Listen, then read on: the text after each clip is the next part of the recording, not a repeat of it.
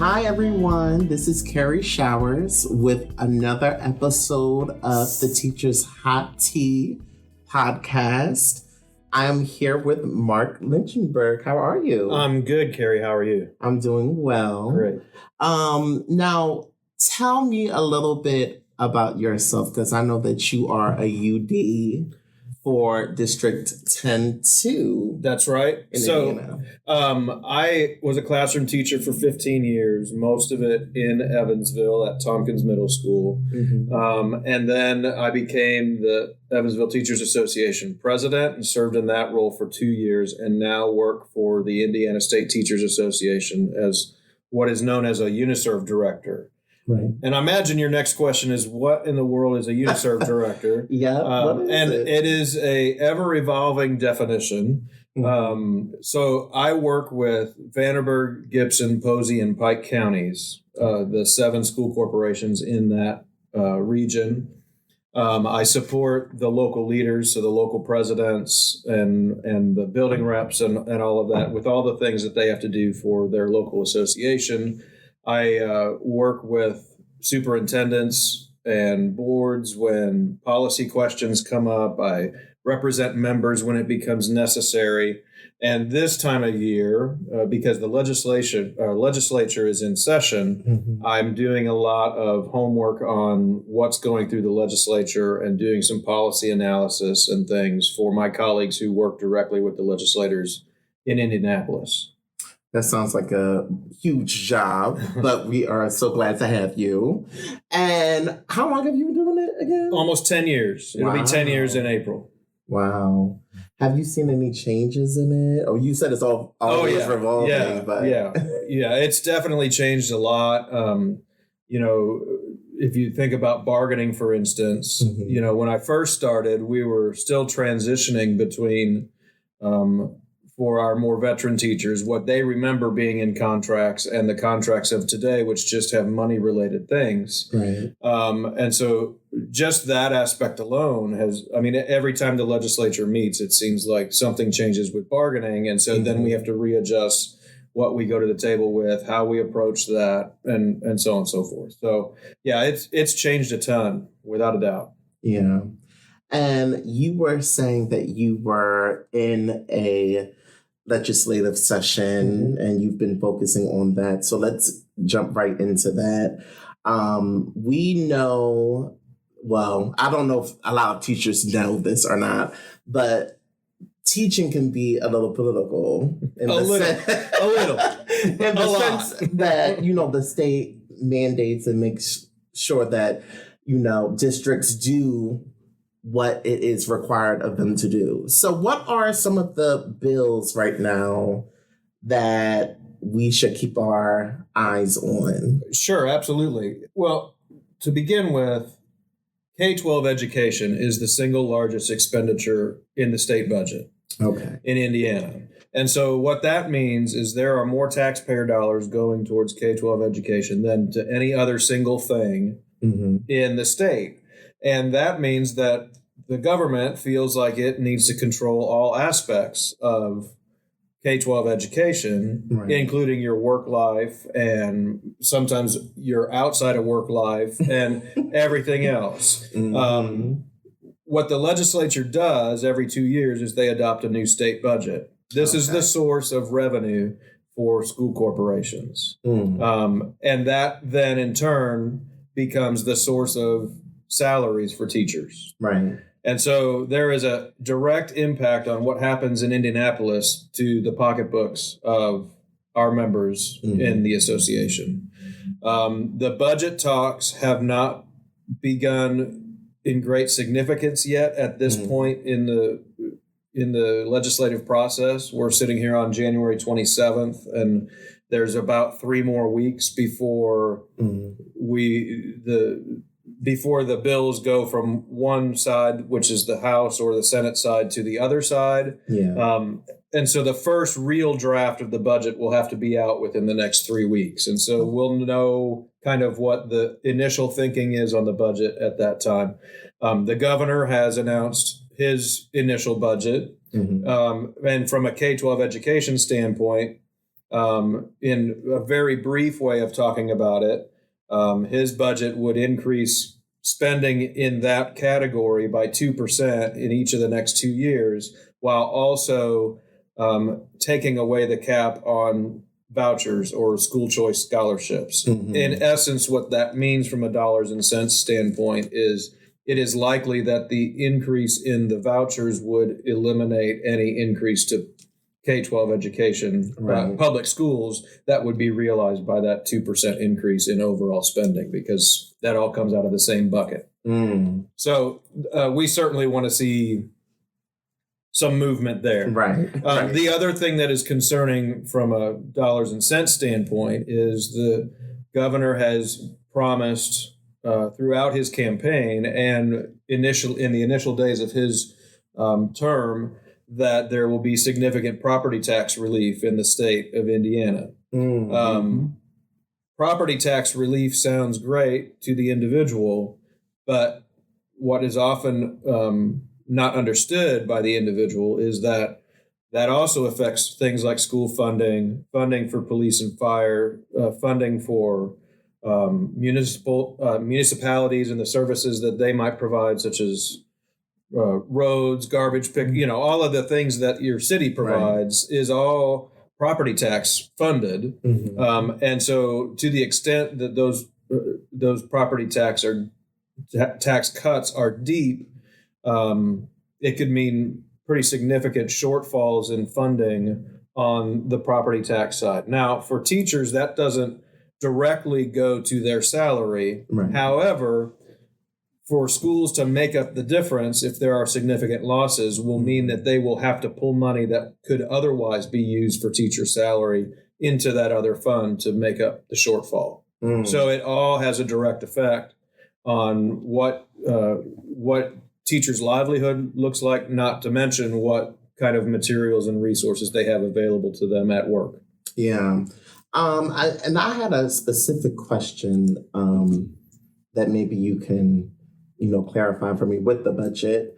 How is it divided throughout the state? Is it dependent upon how many students are in a school corporation, or? Legislators like to simplify that into the words, the money follows the child. Okay. But not every child is funded in the same way. Mm. So it is much more complicated than the money follows the child. Right. So from a school funding standpoint, there is what is known as a foundation amount. That is a flat amount per student that every school corporation gets. Mm-hmm. And the per student part of it is counted on October 1st and February 1st of each year. Mm-hmm. And so one of the phenomena we see in public schools in Indiana is that on or about October 2nd, there's an influx of students that come back to public schools after having been elsewhere for the first couple of months of the school year. And the reason is they are there for the count day, and then, well, you don't necessarily fit with our school, but guess who keeps the money? The previous school keeps the money. Right. The child is then moved on to, or returned to, if you will, the public school without the resources following the child, as the legislators like to say. The other major piece of funding on a per student basis is what's called a complexity index. Okay. And so what that means is there's a formula in the statute that says that a school system like Evansville has a more diverse student population than a school system like, say, North Posey. Okay. And so the complexity index in Evansville would be higher than the complexity index in North Posey. Mm-hmm. And so the amount that Evansville receives per student would be slightly higher than the amount per student in North Posey because of that complexity factor. There are other pieces to it, like funding for particular courses, like your CTE courses, such as might occur at the Career and Tech Center here in Evansville. Right.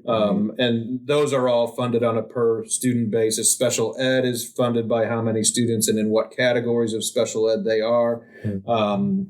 And also you have small amounts for non-English speaking programs and honors programs and so on and so forth. But for the two biggest pieces are the foundation amount and the complexity amount. Thank you for that clarity, because I think when it comes to the idea of money, we think that it's just like, oh, it's just this. But there's so many different, I think of it almost as like a tree. Like there's a branch and then there's another branch. And so let's jump into some of these bills, because I know that the bills that happen at the State House directly affect what we can and cannot do in the classroom. So what has ISTA kind of found that are bills that are pro-education, and what are the ones that we really need to be focused on?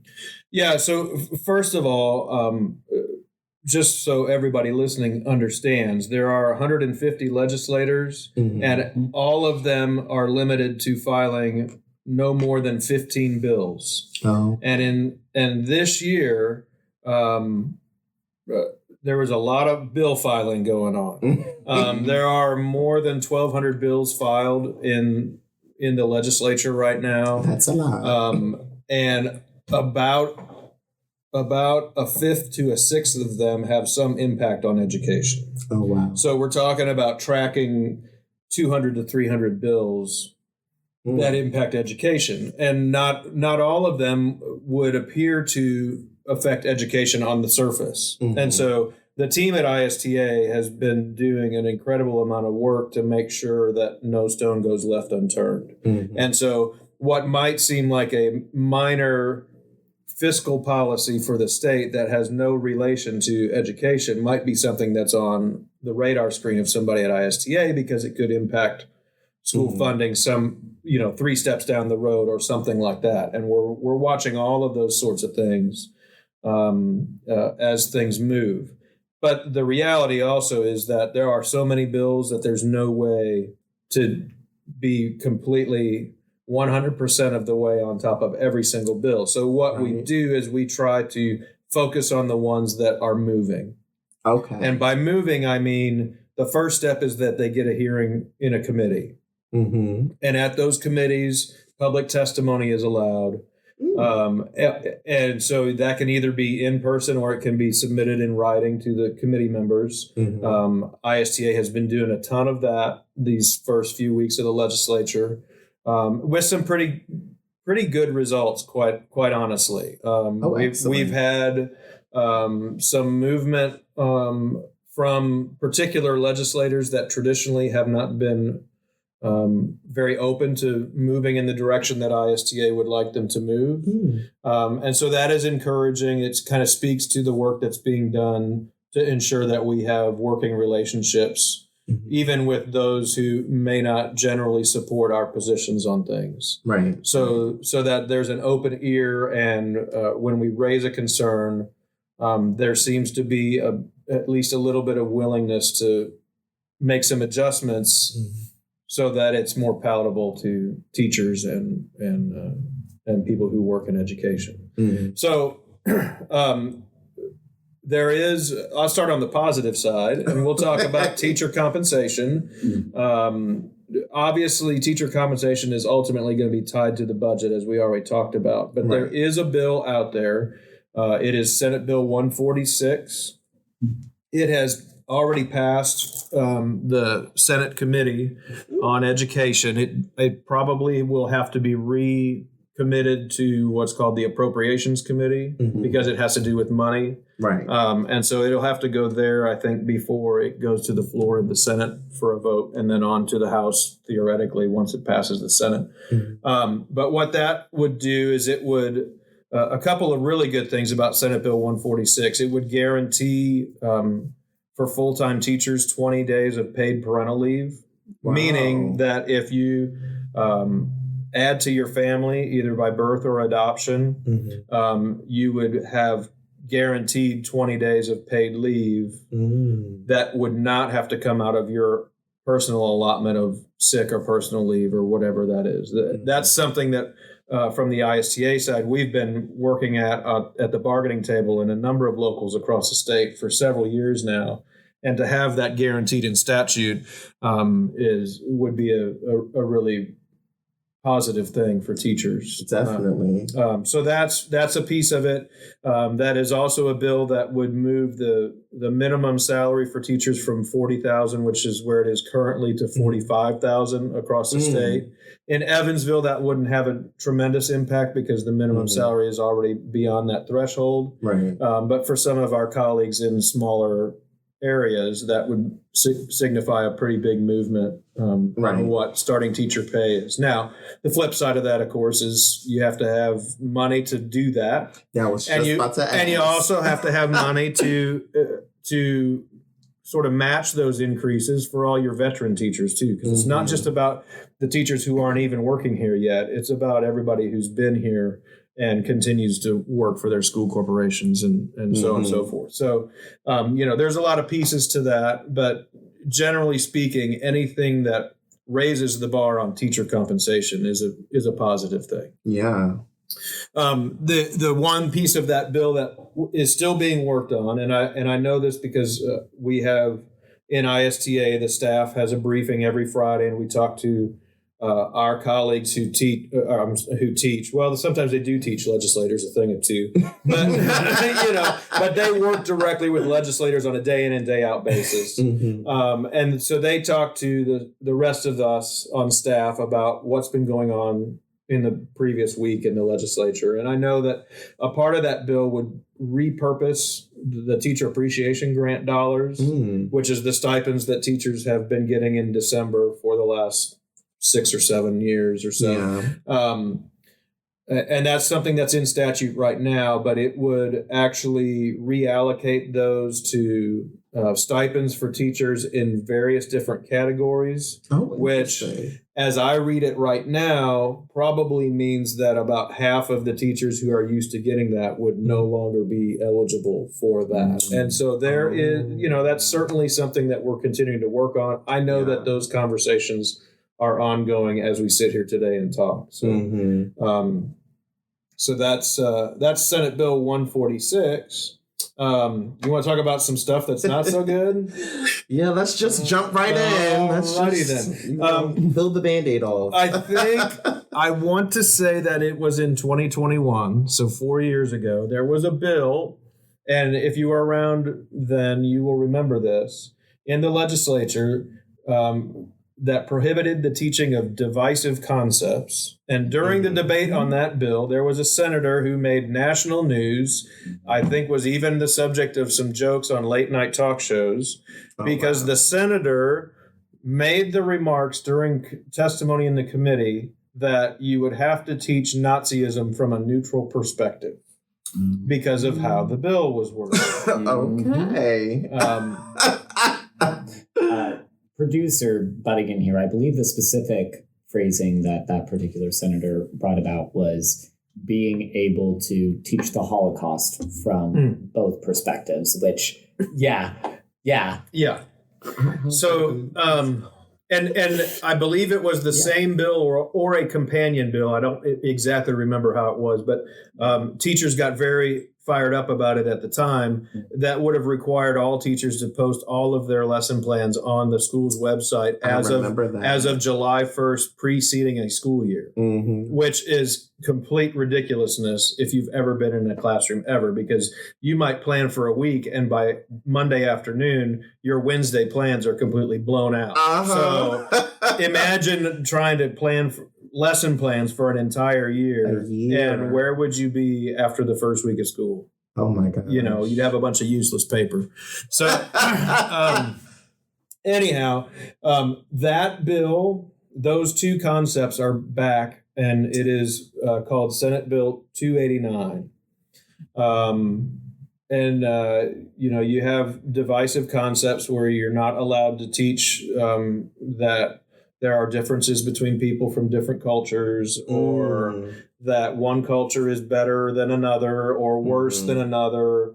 One of the really fascinating things to me that is prohibited is that you would not be allowed to say that somebody has a certain moral character on the basis of their religion, which I think is rather odd considering that religion is the way in which we instill a certain morality Correct. in children, in humans. Yeah. You know, so it's a concerning bill. Mm-hmm. Again, I can tell you that the author of the bill has already agreed to, actually requested of ISTA what amendments we would suggest for this bill. Well, that's good. And so that is a very positive development, because when we've seen these sorts of things in the past, it's been, this is the bill and you will like it. Right. And so, it's a good thing that there is dialogue going on between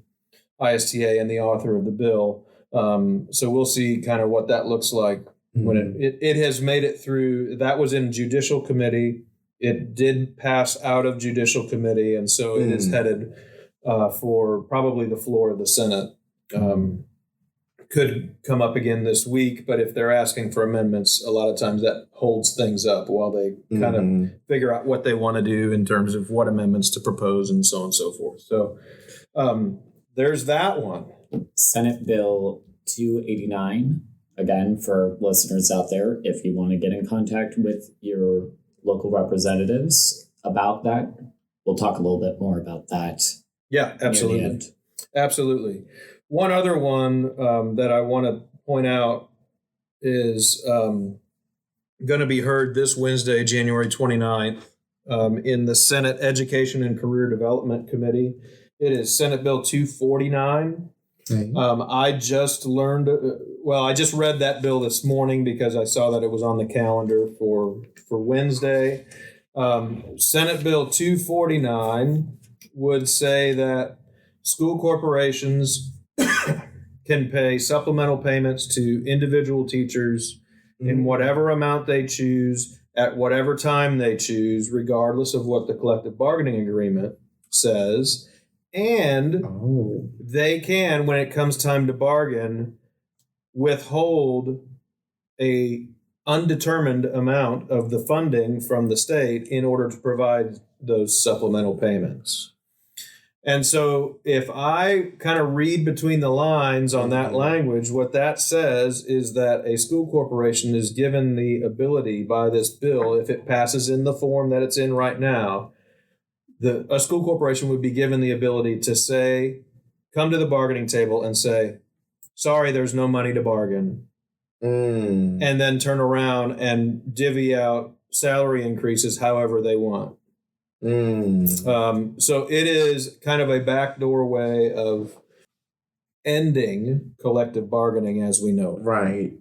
Yeah. I don't want to say, I pause because I don't want to use alarming terms necessarily, because this is it's early in the process. There's a lot of work to be done between now and the time something like that gets passed, if it even does pass. But that's in the bill. And the other thing that it does is that currently statute says that increases for salaries for teachers have to be based on some combination of various factors. Two of those factors are your educational attainment, so whether you have a bachelor's degree or master's degree, and the number of years of experience you have as a teacher. The statute says that the combination of those two factors can't be more than 50% of your increase. Years ago, that was 33% of your increase could be based on those things. We were able to get it to where it was at least half of it. We would like it to be unlimited, but it is currently 50%. This bill 249, Senate Bill 249, would change that percentage to 40%. And then say that at least 10% of an increase has to be based on whether or not you teach a hard to fill, in air quotes, position. And doesn't really define what hard to fill means. So there's a lot of things in that bill that are concerning. A lot of questions. And so that's, I expect to see a pretty robust testimony on Wednesday on that bill, and we'll kind of see what happens with that. But that of all the legislation I've read thus far on the concerning side of things, right, this is the one that gives me the most concern that's currently moving. There are other bills out there that if they get any legs would be pretty frightening. Several weeks ago, teachers were very concerned about a bill, House Bill 1134, that would, in effect, close 5 different school corporations around the state and turn them into all charter schools and put them under the umbrella of a single, mostly appointed school board. Among those would be Indianapolis schools, Gary Community Schools, and little old Cannleton over by Tell City. So if you can imagine a single school board managing a school system the size of Indianapolis, which is the largest in the state, right, and also managing Cannleton, which, if not the smallest in the state, is really darn close to being the smallest in the state. That alone should disqualify that from any serious consideration. But it had some legs a little while ago. We have heard now, and it's been pretty widely reported in other sources, that 1134 probably isn't going anywhere. I'm glad to hear that. Which is good. Local Representative Tim O'Brien was a co-author on that. I actually personally spoke with Tim about that. When he was asked during that conversation if any of it had legs, his response was pieces. And he kind of said it like that with that little pause. But then he kind of deflected all of the questions to whoever the author is, right? Rather than answer them himself. And that's sort of the way that often those conversations often go. And so it's not surprising, and it doesn't speak to the character of anybody. It's just sort of politicians speak, and you kind of get used to that if you have those conversations regularly. But I just you see that kind of stuff, and you wonder who's got an axe to grind with who, and what's the real message being sent here. And I think that was probably a message to be sent to Indianapolis Public Schools officials, and the desire of the vast number of charter schools in the Indianapolis area to share in property tax revenue with Indianapolis. And that was just if you don't come to the table and talk to us about it, look what we could do. Right. Kind of message. Right. So I hope that I'm right about that. A lot of this is speculative, and you find out where we're at when so it's many moving parts. When it's the end of April and the session is over, we'll know what actually happened. I mean, it's and it moves quickly. Yeah, it seems like it just started, but we're already getting into February in a week. And I mean, when is the half point? February 20th is halfway. We're almost halfway. And so that week before that will be the last week that a bill could be heard if it's a Senate bill, on the floor of the Senate, if it's a House bill, on the floor of the House. And the week before that will, generally speaking, be the last week for committees to meet. And so after this week, we've probably got about 2 more weeks of committees to get through, and then we'll know what are the bills of greatest concern, because you'll be able to filter out probably 70% of them for sure. For those teachers that are more engaged, what can they do to show support or even try to testify? Yeah, absolutely. So the committees that hear the most education-related bills are the education committees on either chamber. Both of them meet on Wednesdays throughout the session. And so oftentimes we don't know what they're going to talk about on Wednesday until Monday, right before that. And it's because they don't post their agendas until then. This particular week, the Senate agenda came out today, and the House agenda was actually out late on Friday, so there was a little more time to kind of know what's coming. So that's one way, is just paying attention to that stuff. And there's a website for the Indiana General Assembly, and everything's up there. You just kind of go and click on legislation and bills, and then you can see all of that stuff. Locally, there are opportunities to be face-to-face with legislators. Meet Your Legislators is a monthly event during the session. It happens on the second Saturday of the month. February 8th is the next one. It happens downtown Evansville in the Browning Room at the library. Starts at 9:15, usually ends promptly at 11. And then folks stick around afterwards and kind of individually talk with the legislators who are present. And you can always reach the offices of your senators and representatives by phone or email, and kind of let them know, hey, I saw this bill and I have these concerns, or I think that's great, please vote for it, whatever your position might be. And then from the ISTA side, every 2 weeks we host a virtual briefing for members. It happens on Mondays, mostly on Mondays. The last one was the last Tuesday because of the holiday on Monday. Right. And so the next one will be next Monday. And those happen at, I want to say 5 o'clock local time, 6 o'clock Eastern. It might be 4. No, I'm pretty sure it's 5. So that's a way to stay up to speed on what the most current movement or the most current developments are on the legislation. There are also online resources at the ISTA website. We have what's called a bill watch that gets updated every day with what has moved, what hasn't moved. However, right now it tracks bills based on keywords, which means it is a document that is many pages long.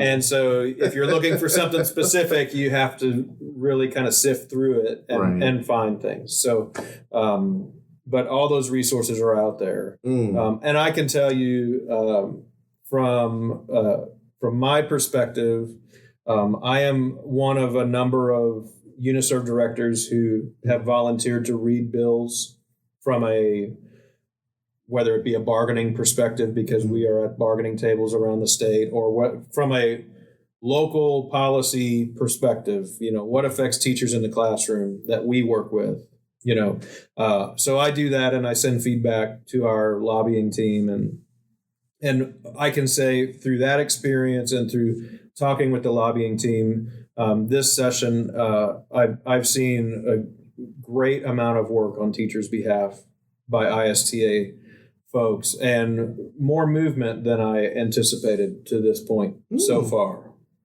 from legislators. And so that has been pretty good. We had heard that there was going to be there shall be no more collective bargaining for teachers bill. It was not filed. We know that it was drafted, but we also know that it was not filed. So that's, that's a small victory. As I said earlier, there is a bill out there that could kind of end collective bargaining anyhow, depending on how it's utilized. But, there are some things that we thought might happen that are, it's sort of a prepare for the worst and hope for the best situation. And the worst has not happened. And we are so glad to hear that. That is a good thing. The worst has not happened, and there's been some movement on things where in the past few years I don't know that there would have been movement. So that's good. Yeah, that's really good. Yeah. Well, just to butt in for a second, it does, as someone who has peered into some of these past legislative sessions, my first one that I really was tapped into was that aforementioned 2021 session. It does feel as though this session is currently there's a lot less crap in this one compared to certain past years. Now, as someone who's read through hundreds and hundreds of these things, obviously this is from an outsider perspective, but would that be accurate to say that? Well, I don't know that there's less crap. I think there's less crap that's getting a hearing. Mm-hmm. So, if you go through the bill list and you start to click on some of the things where you look at the title of it and you go, that sounds crazy. And then you read it and you're like, yep, it's crazy. But that kind of stuff is not getting it's not getting the attention or any sort of movement from the legislature at large, where in the past few years it seems like we were constantly on the defense on something that was just seemed like a ridiculous idea. And the ridiculous ones seem to be pushed to the side this year. Yeah. But we'll see. We got to get through a couple more weeks of committees before we really know what finally has legs. In case this turns out to be a Cassandra moment, we are recording this on Monday, January 27th at 4:43 p.m. If, as you say, Mark, things evolve, right, and who knows, right? Well, the reality of it is by Thursday, a lot of what I've said here about specific bills today could already be obsolete. Right. That's just the reality of what happens in a legislative session is you get through, Monday, Tuesday, Wednesday, you have committee hearings, and now we're seeing where some bills have gotten through committee and they're going to the floor of either the House or Senate. Mm-hmm. All of those are opportunities for amendments to be made. And sometimes, depending on whether or not they get posted publicly with any kind of lead time, we may not really realize what the language of amendments is until they're discussing them. And that's where the job of our lobbying team gets really challenging, where they maybe are sitting in the gallery watching the House, for instance, debate something and realize they're talking about some kind of amendment that got posted 5 minutes ago. And so they got to read it real quick, and then they got to get on the phone with whatever legislator will listen to them in the middle of debate, so it definitely sounds like a challenge. It is. It's pretty wild. It's a fascinating process to watch, certainly. But there are arguments to be made about whether or not it's the best kind of system for residents of Indiana. Right. Well, thank you, Mark. I want to say thank you for your leadership. Well, thank you for, coming in and having conversation with us today. I feel like I am quite enlightened by all of the different legislative bills that are going on, even with the budget. And I hope that the listeners will have enlightened, thoughts about everything going on right now with the session.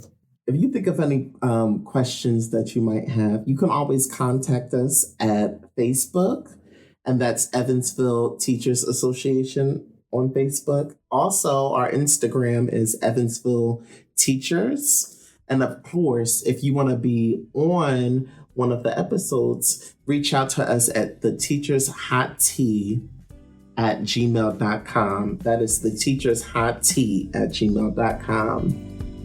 Have a great day.